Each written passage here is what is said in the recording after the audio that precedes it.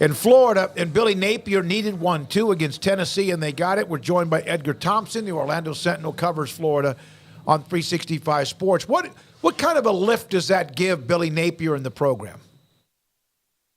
It was pretty much a must-win, guys. Thanks for having me. Appreciate it. I don't think coming into this season people had a Tennessee win penciled in for Florida. They didn't have many penciled in for Florida, but winning that game when you really are coming into that week and you got people talking about crazy scenarios, even Coach Prime to Gainesville. I mean, it's gone completely off the rails. The performance at Utah was an abomination. I mean, it was not how you want to open the season. It was sloppy, uninspired football, and it really put the microscope on Billy Napier in this program one game into his second season. So was he on the hot seat or anything like that? No. But was he losing faith of the fan base? Sure.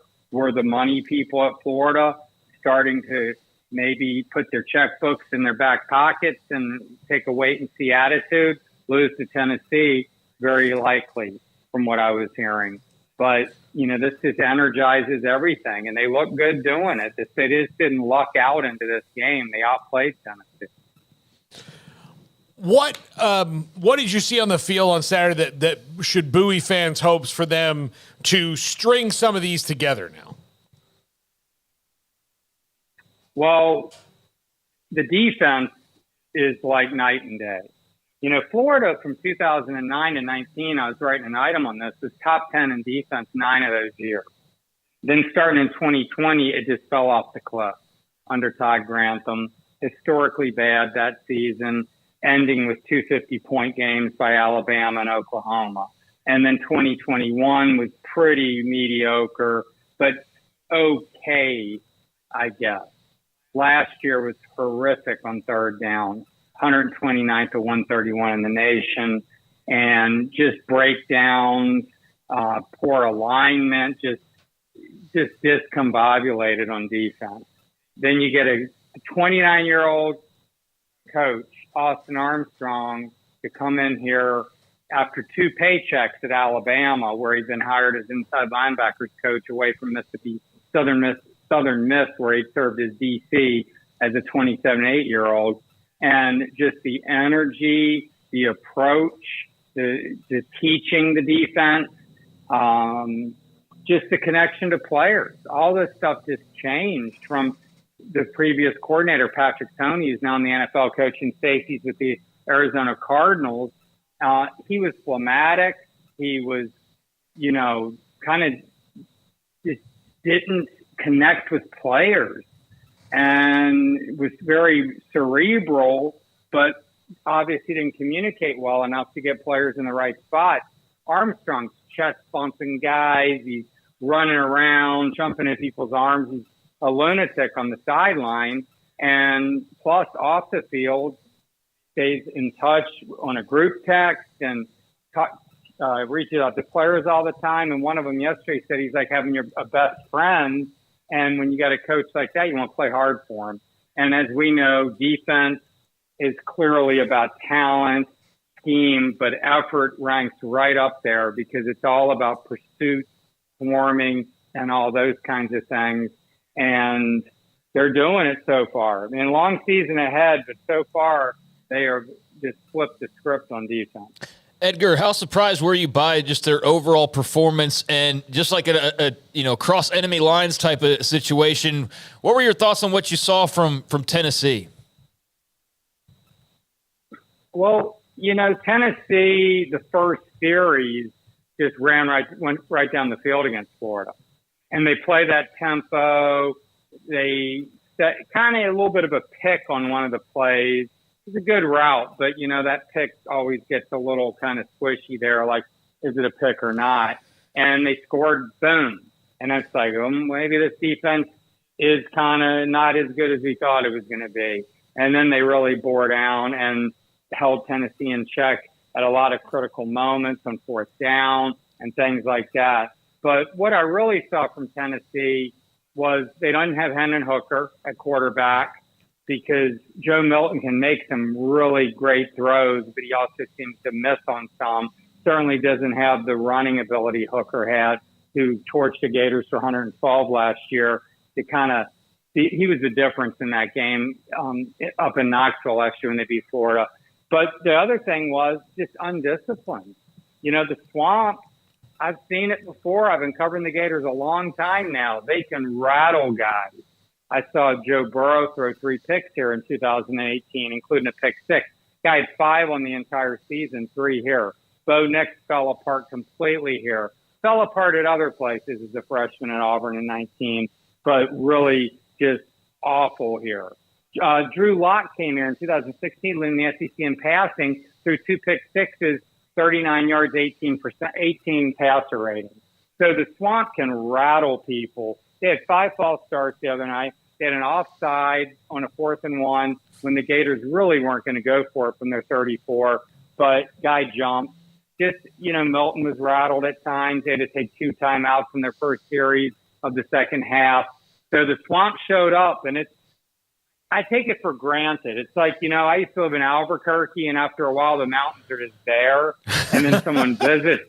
They visit, and they're like, wow, man, it's pretty cool here, and it's an incredible setting, that part of the country. But it's the Swamp. I've been there so many times and seen so many games with high energy. You do kind of take it for granted, but they showed out in force the other night, and Napier needed that. The fans needed it, and now I think they're going to get some other great performances from the fan base, during the course of this year. Despite the struggles, they have put together one hell of a class for 2024, like in the top. Depends on where you look at. There's now seems like more than ever these rankings. I'm looking at rivals. They're 3rd.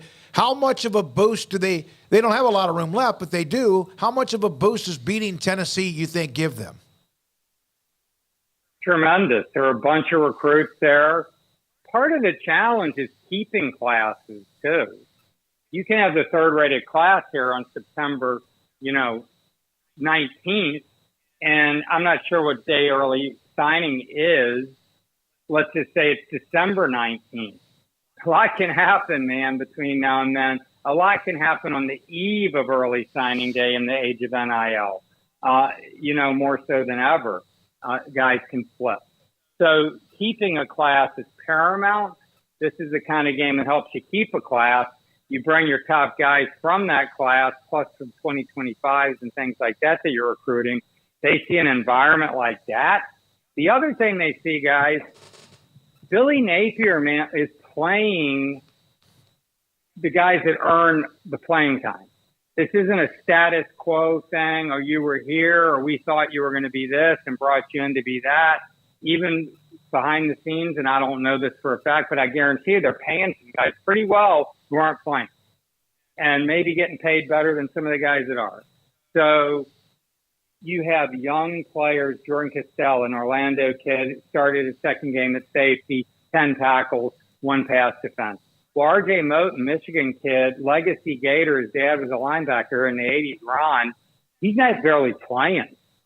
Derek Wingo was a big recruit a few years back. Big things expected from him finally after some injuries and not really finding his footing. He hasn't been playing at all. Scooby Williams is like starring. He's like the new star of this defense. Shamar James, another kid. He's a new Mobile, Alabama kid. Both of these guys are Alabama kids. Birmingham and Mobile starring for the Gators. So they got both of them out of that, state to come here, and they've been very good. And, they're just young guys all over the field. Trey Wilson, Eugene Wilson, the second son, he was a starting safety, 2 Super Bowl rings with the Patriots back in 2003-04. And he got dinged up in the first quarter, and that's a big loss, and we'll see how long he's out, bruised collarbone. But that kid, the first 6 targets of the game were this guy. I mean, this is week 3. Billy Napier, they evaluate talent here, and they play it. They don't play around with status quo or what promises were made or who's been here longer. So those young guys see that, and they think, man, I can get my shot, and I can be playing in the Swamp next year. Edgar, you mentioned the internet swell and this is probably happening everywhere, but hearing it from Gainesville that they would hire one of the only two players with his jersey retired from FSU to be their coach based on what's going on at Colorado is hard for everybody to kind of wrap their head around. How bad would it have to get, though, for them to even consider that in Gainesville? Deion Sanders is one of the greatest players we'll ever see. It's just in speed. I mean, my God, I've never seen anybody faster in a football field than that guy. He was just unbelievable, and he's turned out to be an incredible coach in terms of putting pieces together, hiring the right staff, getting out of the way, inspiring the kids, creating a culture people want to play with for him, and it's incredible what he's doing. He does not fit what they do here and the way fans are here.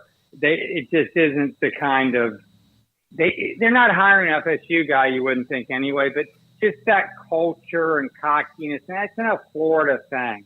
And I couldn't ever see that happening here, to tell you the truth. And that wasn't floated anywhere near Gainesville. It was floated on national by national folks. I mean, there's one national guy who had Billy Napier going 3-9, getting fired in week 11. And I don't know who he's talking to, but that's not happening, and it wasn't happening. It wasn't happening no matter what occurred this season. His buyout is $31.9 million. So he's not going anywhere. But when things get bad, though, people start saying things, and it becomes noise, and it becomes distraction, and then players, they hear things, and suddenly it's like you start losing the team, you start losing focus, they start tuning you out. This was just a huge win on so many levels for Billy Napier, and he knows it. But what he also knows, and he's a very even-keeled guy, is it's one game. And you probably weren't as bad as you were at Utah, and you're probably not as good as people are telling you are now. And you better put one foot in front of the other and keep getting better and take care of business against Charlotte this weekend. That's your final tune-up before you resume what is certainly one of the toughest schedules in college football this season. Edgar, thank you. One more note. Yesterday we were going to have you on, and then the suspensions came down. And it's a first half suspension. It could have been anything. You never know. But what is that? Just kind of been like, okay, that's the case. We move on. No big deal. Well, they have no choice, and they do have some depth. They have a kid, Najee Harris, who's a first-year freshman. They really like. He's promising. He can play right guard from Micah Mazuka, Baylor kid, transfer, and then he's a Philly native who looked like Joe Frazier out there in his going left. And then Damian George, the Alabama transfer, who I tell you, he already has 4 penalties this year and now a suspension. I mean, he's got to get his act together here.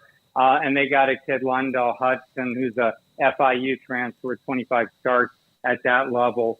And Charlotte is not like you're not playing Georgia this week. The timing of it works out. Thank you, Edgar. Good stuff, as always. Edgar Thompson covers the Gators for the Orlando Sentinel after the win against Tennessee. And